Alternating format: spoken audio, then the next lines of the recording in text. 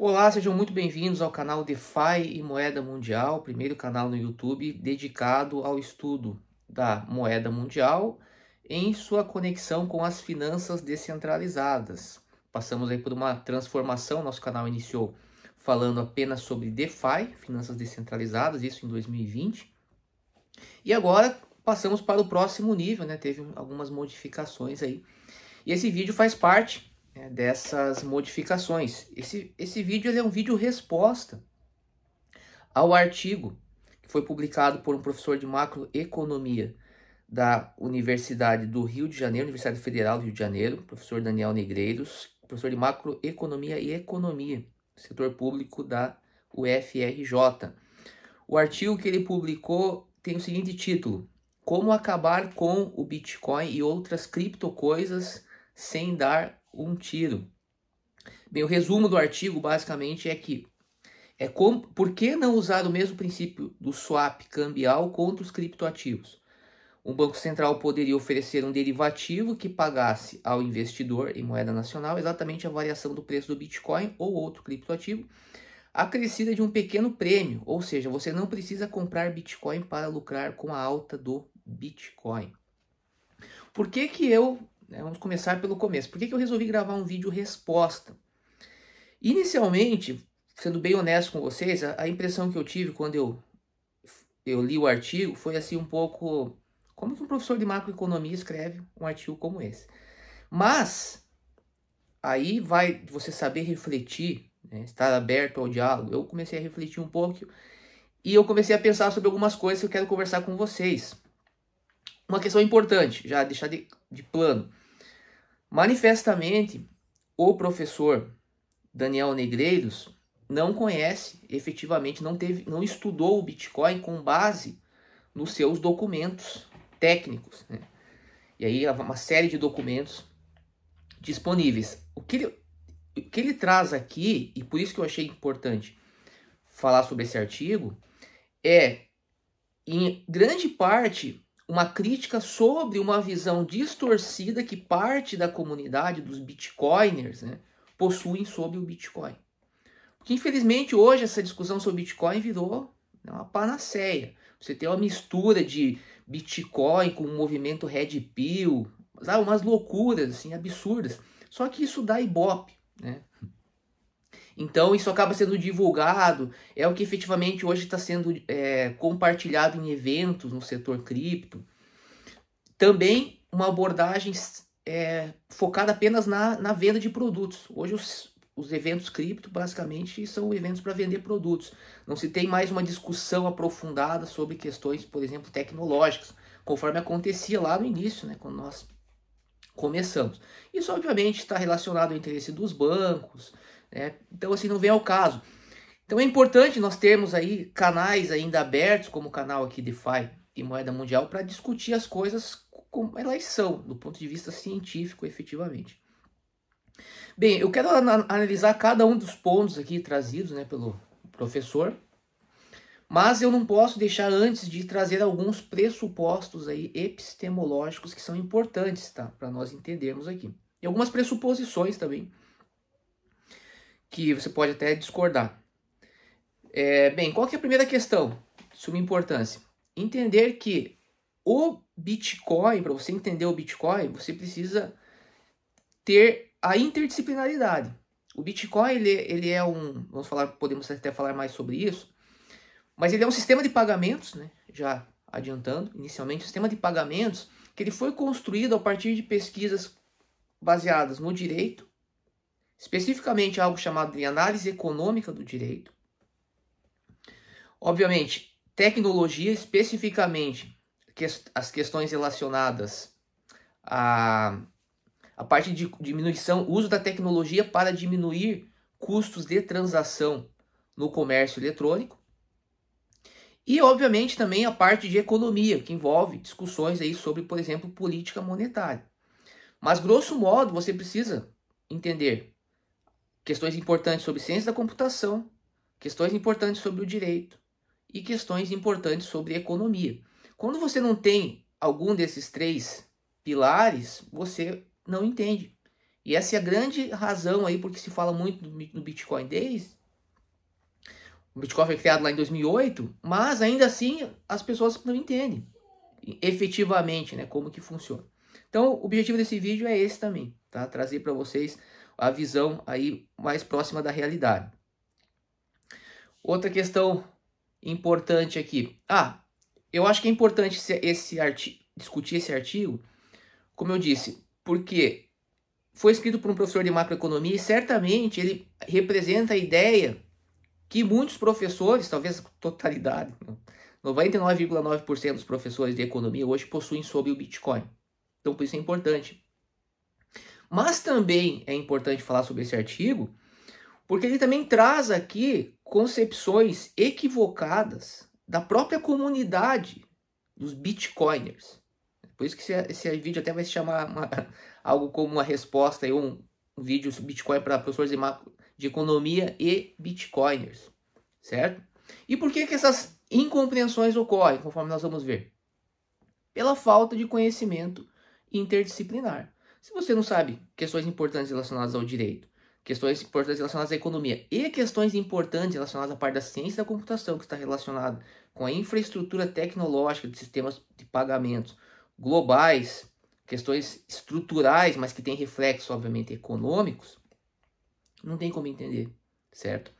Então vamos lá, vamos começar agora, né, depois dessa longa introdução, entender aqui o que o professor está falando. Né? Então ele começa aqui, né? Criptofebre e seus alicerces de fumaça. Então ele fala, nos últimos anos assistimos a um fenômeno bizarro. Uma multidão disposta a trocar suas moedas emitidas por estados soberanos, valiosas por força da soberania, vamos falar sobre essa questão do valor da moeda também, por ativos digitais sem emissor, sem garantias e sem qualquer valor de uso concreto. A promessa, liberdade, descentralização, proteção contra a inflação. A realidade, volatilidade extrema, demandas dependentes de campanhas de marketing e uma estranha devoção à ideia de que apenas a escassez programada poderia ser fonte suficiente de algum valor. Bem, aqui ele fala que o crescimento dos criptoativos está menos associado à sua suposta revolução tecnológica e mais à retroalimentação propagandística de uma demanda puramente especulativa. Vamos por partes, né? Bem, inicialmente, assim, esse parágrafo ele é totalmente equivocado. E veja que interessante. Eu acho interessante quando ele diz aqui, ó, assistimos a um fenômeno bizarro. Uma multidão disposta a trocar suas moedas emitidas por estados soberanos, valiosas por forças da soberania, por ativos digitais, sem emissor, sem garantias e sem qualquer valor de uso concreto. Bem, de fato, seria bizarro, né, hoje nós analisarmos toda uma movimentação global, né, em torno não só do Bitcoin, mas também da tecnologia que ele traz, e essa tecnologia hoje ela está sendo difundida, está sendo discutida em toda e qualquer transformação sobre estrutura tecnológica, sobre infraestrutura tecnológica do sistema financeiro e do comércio eletrônico, se de fato não tivesse motivo. Então quem lê esse parágrafo aqui do professor, pensa o seguinte, a humanidade ficou maluca, certo? A humanidade ficou maluca, e essa é certamente, tá, o pensamento de 99% dos professores de economia. Esse pessoal tá todo mundo maluco, correndo atrás de uma moeda digital. Aí o sujeito ele vai para a mídia, ele vê uns loucos lá, né, misturando Bitcoin com movimentos que não tem absolutamente nada a ver.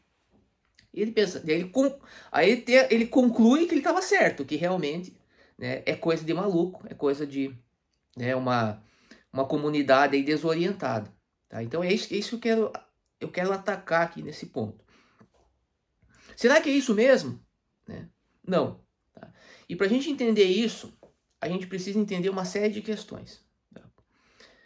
Primeira coisa, a gente precisa entender, e aqui é uma premissa, que as movimentações que ocorrem no âmbito global, no âmbito mundial e no âmbito até mesmo regional, ela está movida pelos interesses de grandes grupos econômicos e financeiros. Certo? Então, ou seja, nada acontece, você pode discordar, mas essa é uma premissa que eu considero muito importante, Nada acontece no mundo sem que haja quem esteja de acordo com a vontade desses grandes grupos econômicos e financeiros. Não é, o povo ele serve para pagar tributos, para alimentar o sistema.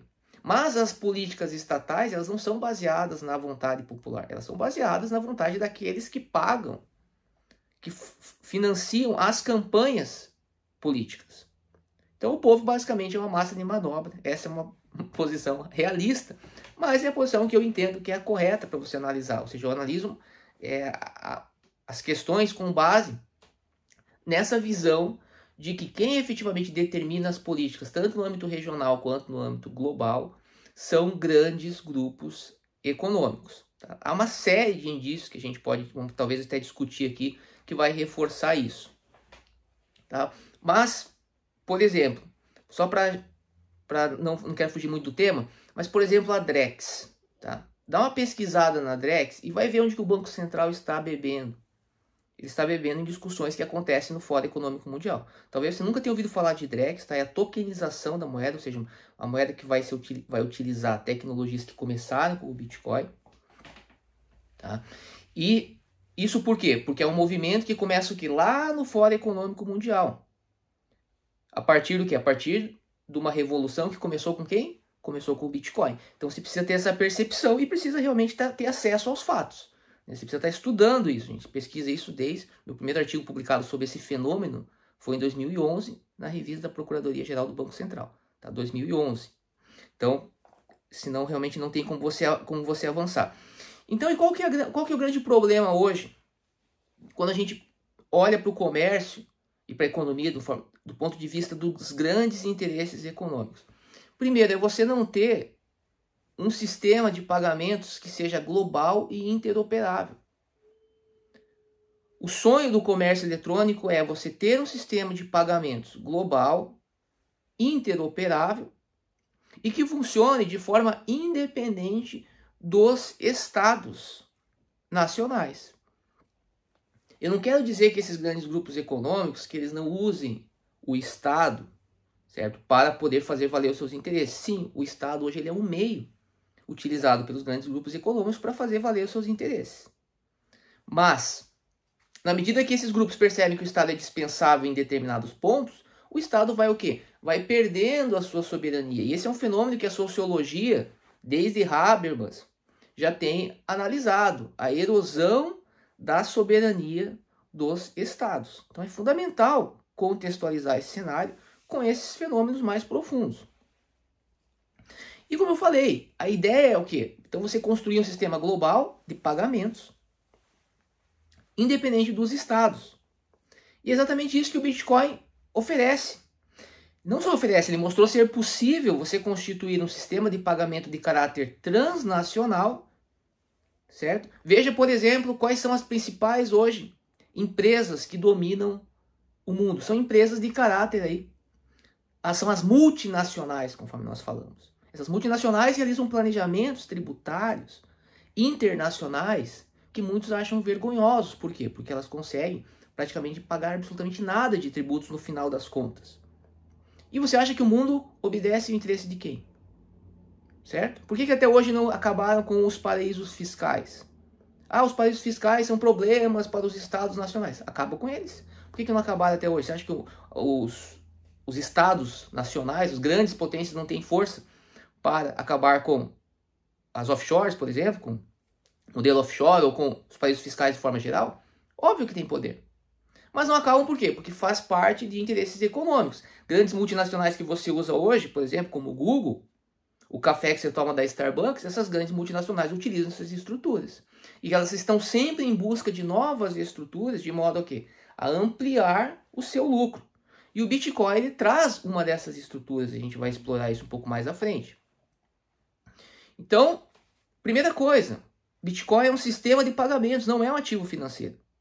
Um sistema de pagamentos. Quando você vai ler o white paper do Bitcoin, e não que fica saindo em portal de notícia e nesses eventos aí, você vai ver ali que a introdução fala sobre problemas do comércio eletrônico. Então, Bitcoin é uma questão mais de comércio do que de moeda até.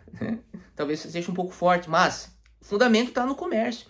Por quê? Porque conforme você vê lá no white paper do Bitcoin, é falado que o modo como o comércio eletrônico hoje ele está configurado, principalmente o comércio eletrônico internacional, fazendo uso, por exemplo, do SWIFT, ele apresenta altos custos de transação relacionado com os intermediários que integram esse processo.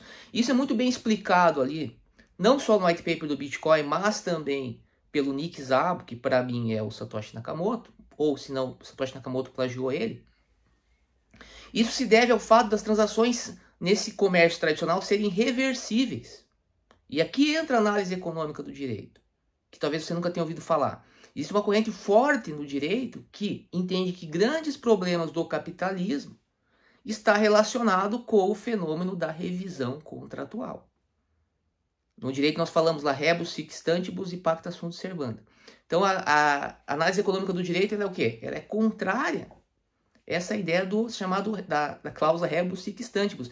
Ela entende que se eu não tiver uma previsibilidade para as transações, isso gera custos de transação, exatamente o que o Nick Szabo fala lá na introdução do white paper. Como as instituições elas sabem que essas transações elas podem ser reversíveis, elas embutem uma taxa, uma tarifa nessas transações, aumentando então os custos e impossibilitando, por exemplo, micropagamentos no âmbito do comércio eletrônico.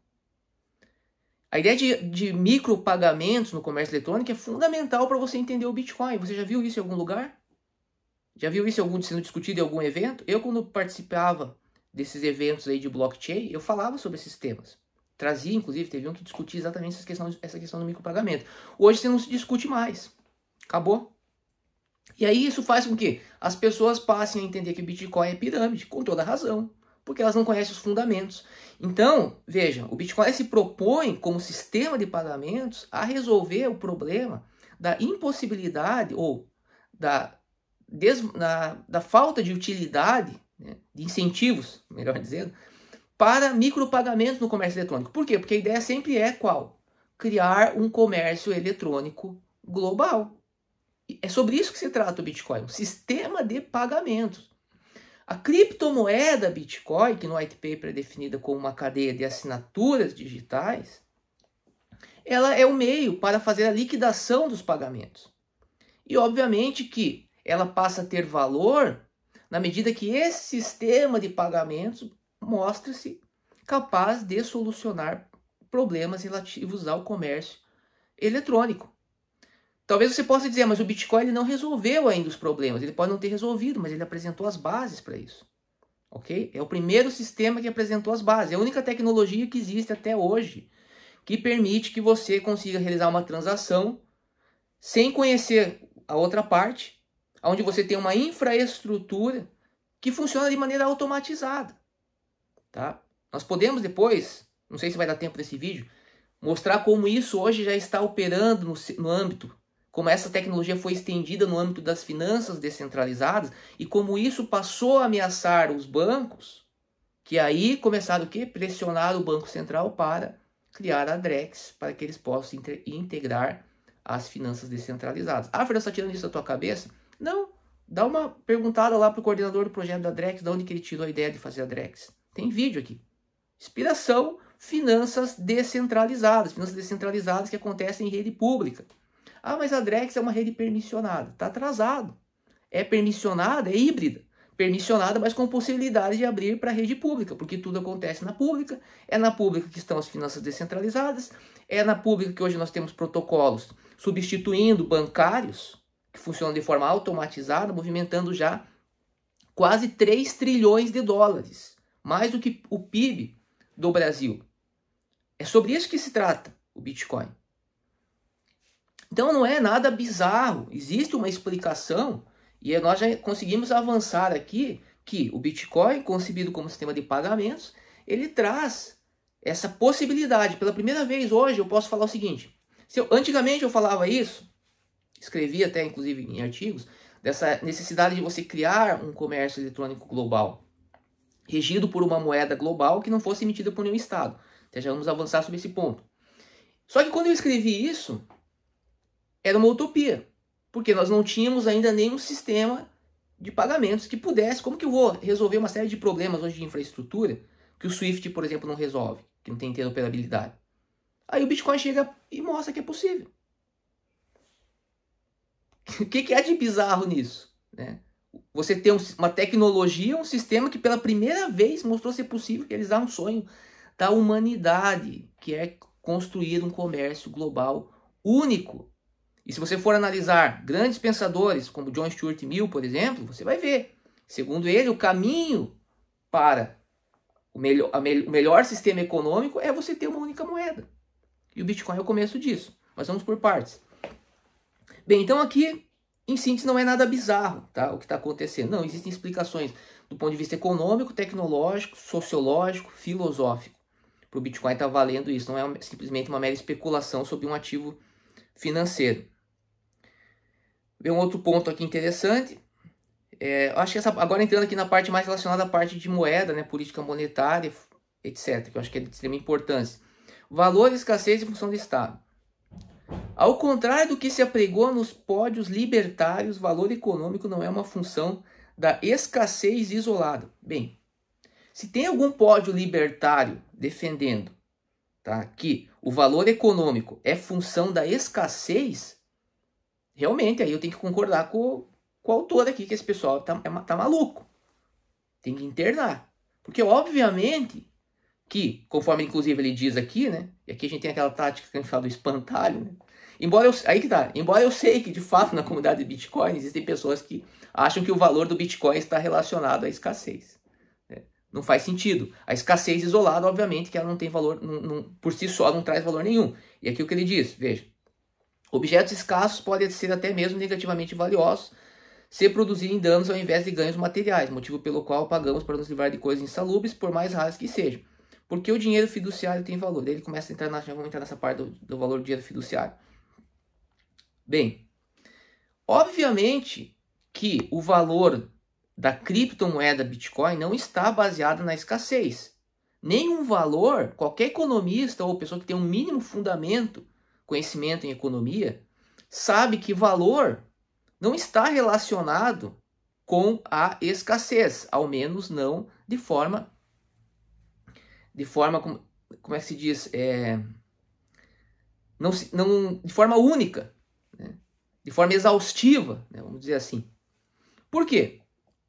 Porque o valor, ele é aquilo que satisfaz as nossas necessidades. Esse é o conceito de valor. O que é valor? Algo passa a ter valor quando satisfaz as nossas necessidades, certo? E aí nós temos uma série de princípios de microeconomia, por exemplo. Que aí entra a questão da escassez, por exemplo. Um objeto ele é valioso por quê? Porque ele satisfaz uma necessidade humana. Na medida que esse objeto ele vá diminuindo a sua quantidade, o seu valor vai o quê? Vai aumentando, porque eu tenho menos para poder satisfazer as minhas necessidades. Essa que é a ideia da escassez e do valor de forma geral. Temos lá o princípio da utilidade marginal decrescente. Por exemplo, eu estou lá com sede, aí água, copo de água tem valor inestimável. Na medida que eu vou o quê? Preenchendo os meus estados de insatisfação, conforme diz o Karl Menger, né? Aí o que vai acontecer? Aquilo vai perdendo o seu valor, porque eu estou satisfazendo as minhas necessidades. Então, ou seja, o valor está relacionado à satisfação das necessidades humanas. Se eu tenho uma necessidade por um objeto e esse objeto é escasso, quanto mais ele é escasso, ele vai ter, obviamente, que mais valor. Por quê? Porque é até engraçado a gente falar isso, porque é uma coisa muito óbvia, mas não é, né? Porque, obviamente, que eu vou precisar de mais daquilo ali para poder satisfazer os meus estados. Só que, por outro lado, na medida que esse objeto ele começa, então, a ter muito dele, ele passa o quê? Passa a diminuir o valor. Por quê? Porque eu consigo preencher os meus estados de insatisfação, ou seja, eu consigo ficar satisfeito, e começa a sobrar, certo? Então, essa que é a ideia, uma ideia básica de economia. Então, não tem como o sujeito dizer que o valor está exclusivamente baseado na escassez, o sujeito tem que ser completo ignorante sobre fenômenos, sobre economia. Então, eu não acredito que...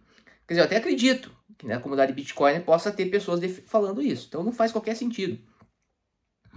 Então, aí você pergunta, então por que a emissão do Bitcoin ela é programada? Por quê? Porque isso traz aí que isso que nós precisamos entender. tá? Do ponto de vista da economia.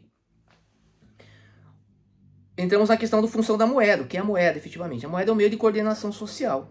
Tá? A moeda, o valor da moeda está totalmente relacionado aos bens que você pode comprar com ela e, obviamente, a capacidade dela realizar esse processo de coordenação social, esse processo de troca, né, de bens de forma efetiva.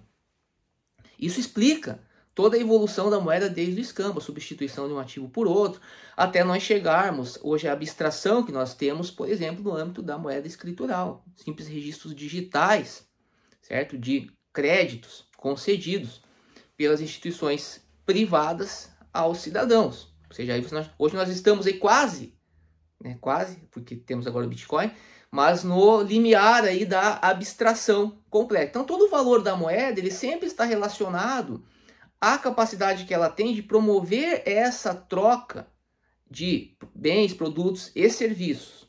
Tá? Quando eu tenho uma quantidade de moeda muito superior às necessidades da economia, quem falava isso já era Adam Smith, tá? Adam Smith, que já explicou, né, que o valor, a riqueza das nações não era o ouro, ou seja, a riqueza das nações não é, obviamente, o papel, moeda, e sim aquilo que ela efetivamente produz. Mas não dá para entender como ainda tem pessoas que não conseguem entender essa coisa mais básica, chega a ser revoltante, né? Porque Adam Smith já falava sobre isso. Então está relacionado o quê? Essa capacidade que a moeda tem. Então veja, na medida que eu tenho um ativo capaz de promover essa coordenação social da melhor forma possível, da forma mais eficiente possível, eu passo que esse ativo ele passa a ter valor. Se eu tenho uma quantidade muito superior desse ativo, obviamente, ou seja, muito acima das necessidades da economia, esse ativo ele vai perder valor, porque eu não preciso mais de tanto no mercado. Então essa que é a ideia básica, tá? Adam Smith explica isso bem, inclusive lá fazendo a ideia, né, sobre como que os banqueiros prudentes deveriam se comportar. Então essa que é a ideia do valor, especificamente da moeda, ser esse meio de coordenação social. Então o que o Bitcoin traz, e isso pode ser discutido e criticado, é a ideia de uma política monetária que já vinha sendo proposta, sempre foi proposta por economistas liberais, como por exemplo Milton Friedman, que tinha lá sua teoria, né? Só que a ideia do Bitcoin é um pouco mais assim, como é que podemos dizer assim, mais radical, porque ele programa essa emissão no próprio código. Então, ou seja, de forma independente do Estado, então você consegue o quê? Ter uma previsibilidade efetiva sobre a emissão monetária. E isso traz grandes vantagens para o sistema econômico. Mas muitos vão dizer assim, mas também traz problemas, porque eu preciso muitas vezes de moeda para poder fazer com que as pessoas trabalhem, certo? Porque a pessoa recebe lá o salário, tem um outro economista lá de Cambridge, que eu até cito nesse artigo que eu mencionei, Dennis Robertson, ele fala, né, explica, você recebe lá o teu dinheiro, por exemplo, preciso construir uma ferrovia nos Andes. Então, o Estado vai lá, dá um dinheiro para ele, e ele acredita que ele vai conseguir comprar alguma coisa com aquele dinheiro. Só que isso vai depender de efetivamente ter a produção. Então, ou seja, e se não tem produção, isso se transforma numa ilusão monetária. Mas o dinheiro em si, ele não tem valor. Ele só tem valor na medida que tenha objetos, que ele possibilite essa coordenação social que está relacionada à troca de bens. Então, o que tem valor efetivamente é aquilo que satisfaz a nossa necessidade. E o dinheiro, na medida que ele também satisfaz a necessidade que o ser humano tem de ter um meio de coordenação social para facilitar as trocas dos bens, ele passa a ter valor na medida que ele consegue cumprir essas finalidades, certo? E aí eu te digo o seguinte, o Bitcoin ele cumpre essa função no âmbito global, num comércio global, com custos de transação reduzido. Aí está o valor dele. Se o sistema funcionar, é o melhor meio de pagamento que já foi inventado na história da humanidade. Porque não é emitido por nenhum Estado, ele tem a sua emissão programada. O único defeito que os keynesianos podem dizer é o fato de que se eu tiver, por exemplo, um problema na economia, por exemplo, que eu precise impulsionar a produção por meio de emissão de moeda, eu não vou conseguir fazer isso prima facie, porque eu já tenho a emissão programada, tá? Mas isso é uma discussão que pode ser feita de forma paralela, mas não é o que está sendo tratado aqui no artigo, tá? Aqui ele está querendo basicamente dizer que o valor do dinheiro, isso aqui a gente não tem como concordar, mas é possível fazer umas ressalvas, veja. Ele diz o seguinte, ó. Por que o dinheiro fiduciário tem valor? Porque o Estado exige que os impostos sejam pagos com ele. Pelo amor de Deus, né? Desculpa. Desculpa, mas assim, isso aqui não faz sentido, tá? Obviamente, é óbvio, tá? O papel moeda emitido pelo Banco Central, tá? Ele gera um passivo monetário. Isso nós sabemos, ok? E realmente, o fato, né, você tem lá, né, um passivo, você passa o quê? Ter o direito de pagar tributos utilizando o dinheiro, certo? Isso é importante, mas obviamente que o valor do dinheiro não vem apenas disso. O valor do dinheiro vem daquilo que você pode conseguir comprar com ele, tá? Se você chegar por mais que se você estiver num país, por mais que o Estado exija pagamento de tributo uma determinada moeda, mas se as pessoas deixarem de acreditar naquele país, deixarem de acreditar naquela moeda, elas deixam de trocar produtos baseados, né, naquela moeda e passam a aceitar outras moedas. Isso é um fenômeno que todo economista devia saber e é fundamental que entenda isso, porque senão você não consegue prever absolutamente nada do que está acontecendo. Hoje nós estamos com um fenômeno na nossa cara, que são as stablecoins. As pessoas não estão utilizando mais dólar para fazer transação, tá? Estão utilizando ativos, chamados de criptoativos, em substituição ao dólar. Estão utilizando Bitcoin também. Então, sempre que eu tiver uma pessoa aceitando entregar produtos por uma quantidade de moeda X, essa moeda vai ter valor. Não é porque o Estado apenas está aceitando o pagamento de tributos naquela moeda. Tá? Óbvio que se eu tenho um ativo, que esse ativo é utilizado para pagar tributos por imposição legal, a ideia da moeda e dinheiro do ponto de vista jurídico é efetivamente aquilo que a lei diz que é o dinheiro, obviamente que essa moeda ela vai ter valor. Mas o valor dela está relacionado ao quê? A essa capacidade. Se eu tiver nesse mesmo país e as pessoas não confiarem mais no Estado, elas até podem, você até vai ter uma demanda dessa moeda para pagamento de impostos, mas elas vão preferir usar e guardar outras formas de ativos, justamente para evitar a perda, né, do seu patrimônio. E quando nós falamos de Bitcoin, nós estamos falando de um ativo com aceitabilidade global. Quando eu falo de stablecoin, eu estou falando de um ativo com aceitabilidade global. Eu posso comprar um bem no Brasil, mas eu posso comprar um bem nos Estados Unidos, em Singapura, em qualquer lugar. E mais do que isso, eu consigo comprar bens em várias partes, ou fazer negociações, em muitos casos, com altíssima privacidade. E você acha que o presidente do Brasil, os presidentes do Banco Central, vocês acham, por acaso, né, vocês que são professores de economia, que eles nunca tiveram, por exemplo, empresas ou utilizaram estruturas em offshores, em paraísos fiscais? Que os grandes grupos econômicos não utilizam estruturas com alta privacidade. Agora dê um mecanismo para eles de alta privacidade para você ver se eles não vão abraçar. Nós estamos vendo esse fenômeno hoje nas finanças descentralizadas, tá? Ah, mas eu não acredito nisso. Tá, então reclame com o Banco Central, que hoje está criando um projeto baseado nas finanças descentralizadas. O Banco Central aí que está hoje sob presidência de alguém indicado pelo presidente do Partido dos Trabalhadores. Estou falando de um fenômeno de direita aqui, um fenômeno de esquerda. Começou com o Bolsonaro, a Drex, mas hoje continua no governo Lula. Por quê? Porque quem efetivamente dita as políticas são os grandes grupos econômicos. Então você vai ver, quando a gente fala em Drex, a gente vê inclusive uma convergência tanto da direita, que nós temos no Brasil, quanto da esquerda. Por quê? Porque essa ideia de direita e esquerda, não quero entrar muito nisso, mas também é falsa. Tudo está em torno do quê? Daqueles que efetivamente têm o poder e que estão sempre bem, independente da corrente ideológica. Não importa. Os bancos hoje estão sempre, não importa se a esquerda ganha, se a direita ganha, eles estão sempre por cima. Porque são os que financiam as campanhas. Então, essa teoria aqui dele de dizer que o valor, reduzir o valor do dinheiro ao fato do Estado aceitar o pagamento de tributos, não faz qualquer sentido, tá?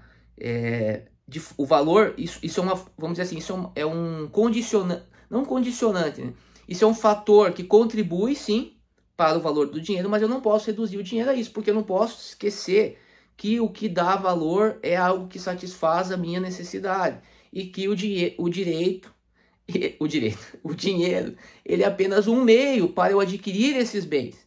E quando ele passa a ser um meio útil, que satisfaz a necessidade, no sentido de colaborar para que nós tenhamos essas trocas de bens da forma mais eficiente possível, ele passa também a ter valor.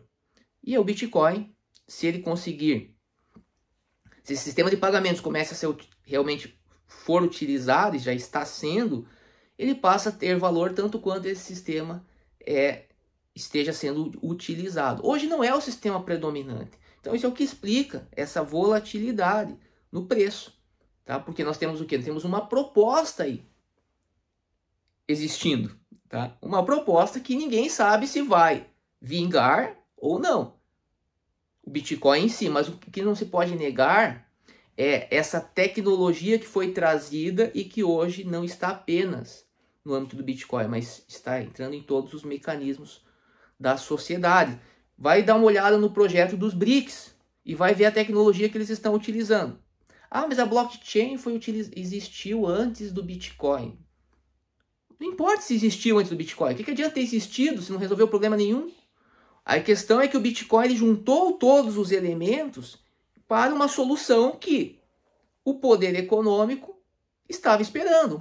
Essa solução desse poder econômico já estava sendo diagnosticada lá por grandes sociólogos que entendem essas transformações de poder no âmbito global. Como eu falei, citei apenas o Habermas, que é o filósofo que transita entre os mais variados espectros ideológicos, né?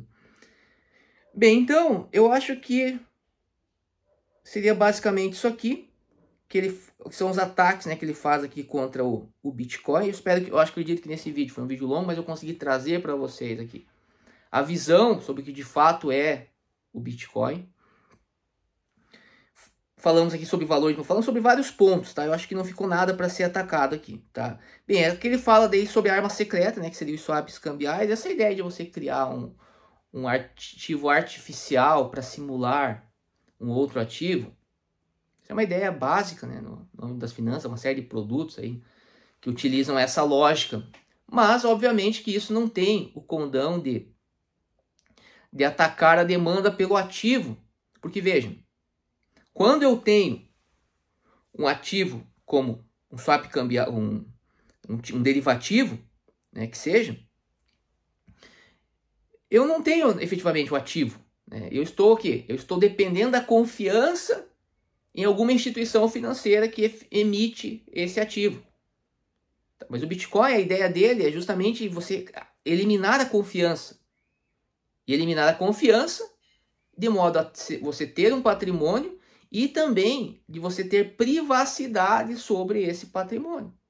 Quem tem muito dinheiro, você acha que quem tem muito dinheiro quer que todo mundo fique sabendo quanto que ele tem? Não, que a pessoa quer ter privacidade nas suas transações. Então, ou seja, não vai, essa ideia de swap cambial, ou mesmo essas ideias agora do próprio Banco Central, da Drex, né, quando ele coloca a Drex sem trazer melhores benefícios do que o uso da stablecoin, melhores benefícios para quem? Para os grandes grupos econômicos. Esses projetos eles vão fracassar. Porque o empresário ou a grande multinacional, entre escolher uma alternativa que ela vai ficar sendo rastreada pelo Estado e uma alternativa que ela tem máxima privacidade, você acha que ela vai preferir o quê? Dá uma olhada. Fernando, acho que você tá falando besteira. Dá uma olhada no planejamento tributário do Google e da Amazon e da Starbucks. Aí você vai ver se eu estou falando a mentira ou se eu estou falando verdade. Dá uma olhada no volume de recursos que transitam hoje por paraísos fiscais e que hoje começa a transitar pelo âmbito das finanças descentralizadas. Quem tem dinheiro em banco é pobre. Tá? Quem tem dinheiro em banco é pobre. Os grandes, aqui eu não estou falando de classe média, não estou falando de rico, estou falando de grandes grupos econômicos. Espero que vocês tenham compreendido isso. A gente está fazendo aqui um estudo teórico e prático, né, sobre uma realidade. Tá? Estamos falando sobre, de fato, os grupos que têm poder suficiente que são responsáveis aí não vou dizer vamos colocar pela produção de riqueza, né, no mundo, que controlam a produção de riqueza, melhor dizendo, no mundo. É sobre esses grupos que nós estamos falando aqui, quando a gente faz esse tipo de análise. Não estou falando do sujeito lá que ganha lá 1 milhão, 2 milhões, 3, 4, 5 milhões por mês. Não estou falando desse sujeito. Tá? Para mim ele é rico, ok, mas não é desse sujeito que eu estou falando. Tá? Espero que isso esteja bem claro.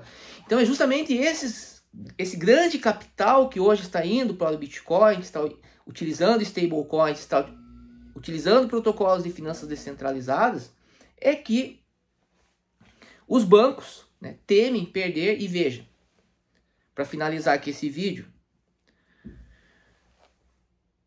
você que é professor de economia, dá uma pesquisada, tá? E que é crítico, que não conhece nada de Bitcoin, tá? Dá uma pesquisada hoje, coloca assim, quais são os grandes problemas, os grandes riscos hoje para a liquidez do setor bancário brasileiro. Dá uma pesquisada sobre isso. Daí depois a gente volta a conversar aqui sobre esses assuntos, caso você não tenha entendido ou não tenha gostado. Você vai ver que a grande ameaça à liquidez bancária hoje são as finanças descentralizadas, são as stablecoins, o Bitcoin e essas outras criptocoisas aqui que o professor menciona. Certo? Então, não faz sentido esse artigo. Essa solução aqui do swap cambial não vai matar o Bitcoin. Tá?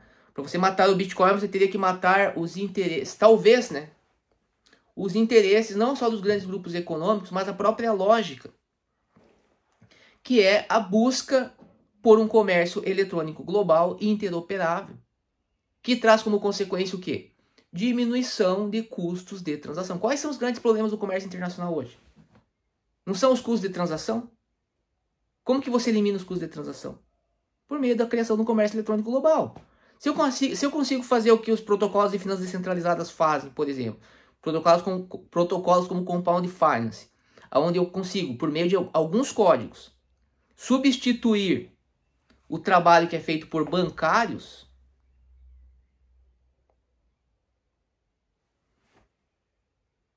pense um pouco. É o sonho do capitalismo, meu amigo. É o sonho. É eu ter lá um comércio global interoperável que funciona sem eu precisar contratar ninguém, sem eu precisar pagar direito trabalhista. Por que hoje a China é o que ela é? Por causa do trabalho escravo. Tá? Porque é o trabalho escravo. O capitalismo foi para lá por quê? Ele quer menos custo. Entende? Então é isso que falta. E o professor de economia precisa entender. Precisa sair da abstração e fazer uma economia com análise no funcionamento das instituições. Uma economia institucional. Não dá para ficar só viajando, né, na ideia de que o Estado existe em prol do bem-estar da população e os políticos eles agem para melhorar a vida dos pobres, que eles estão preocupados lá com as pessoas que estão morrendo de fome. Não, você precisa olhar e ver quem que paga a campanha dos políticos. Certo? Mas aí é uma questão o quê? É uma questão de preocupação em descrever a realidade ou em viver no mundo de fantasia. Então é isso, eu acho que eu consegui aqui, nesses 40 minutos, né, refutar aqui este artigo, uma série de pressupostos aqui equivocados, né, sobre o Bitcoin. E é isso. Deixe seus comentários aqui, né, sobre o que foi falado. Lembrando que em breve publicarei o livro. Já está pronto, né? Estamos apenas fazendo uma pequena alteração, onde nós falamos do Bitcoin como... Ah, eu não estava esquecendo. Falamos do Bitcoin como um dos meios para resolver o problema do privilégio exorbitante. Então tem mais essa questão ainda, que não podia estar... Não sei como é que eu esqueci disso, é que é tanta coisa. Veja, um dos grandes problemas, esse problema eu trato no artigo que eu publiquei lá na revista em 2011, o problema do privilégio exorbitante, que é quando você tem a moeda internacional, ou seja, você tem uma nação como os Estados Unidos que é capaz de emitir a moeda, ou seja, é capaz de resolver os seus déficits nas transações correntes mediante a emissão de sua própria moeda, que é o que acontece com os Estados Unidos. Como que você resolve esse problema do privilégio exorbitante? Ele é central para a explicação da pobreza e do desequilíbrio de poder entre as nações hoje. A única forma de você resolver esse problema é tendo uma moeda que seja emitida por nenhum Estado.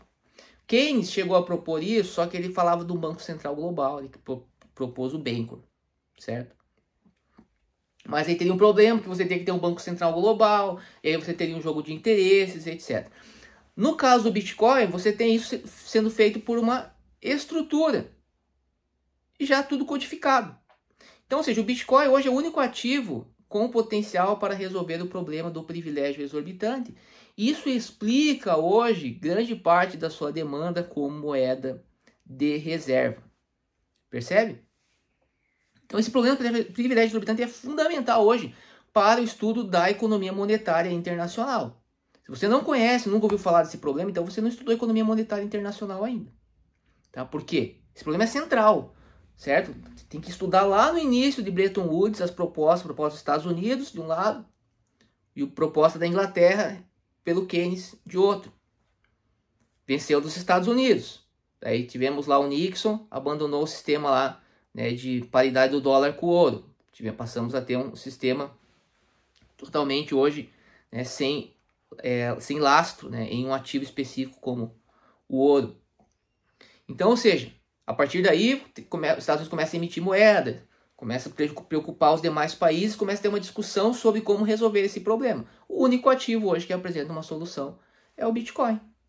Então, no meu livro eu explico todo esse processo que está para ser lançado e falo então do Bitcoin como principal ativo hoje com potencial de substituir o dólar. Se não bastasse ele trazer um sistema de pagamentos global, capaz de resolver problemas de custos de transação, de modo a facilitar os micropagamentos, além dessa integração, interoperabilidade, tecnologia que faz com que você consiga dispensar grande parte da mão de obra, ele ainda se apresenta como uma solução para esse problema hoje que tem assolado as economias globais, que é os Estados Unidos terem esse privilégio exorbitante de financiar déficits em suas transações correntes mediante a emissão da própria moeda. Tudo isso em detalhe no meu livro, mas quem quiser se adiantar pode ver também, ler o nosso artigo, publicado em 2011 na revista da Procuradoria do Banco Central, Fundamentos do Direito Cosmopolita e sua função no estabelecimento de uma moeda mundial. Quer continuar estudando sobre moeda mundial? Vamos falar ainda, esse vídeo foi um pouco mais complexo, mas teremos vídeos mais didáticos. Continue nos acompanhando aqui. Você vai ver nesse artigo que nessa época eu representava no Brasil a Single Global Currency Association, que é uma associação, primeira associação do mundo, fundada para divulgar os benefícios da moeda mundial. Essa associação ela foi fundada antes do Bitcoin. O dono não conhecia o Bitcoin efetivamente, tá? Mesmo depois que surgiu, a proposta dele era diferente. Mas o que? Já tínhamos ali a semente para a discussão que nós estamos tendo hoje. Espero que tenham gostado deste vídeo e nos vemos no próximo. Grande abraço.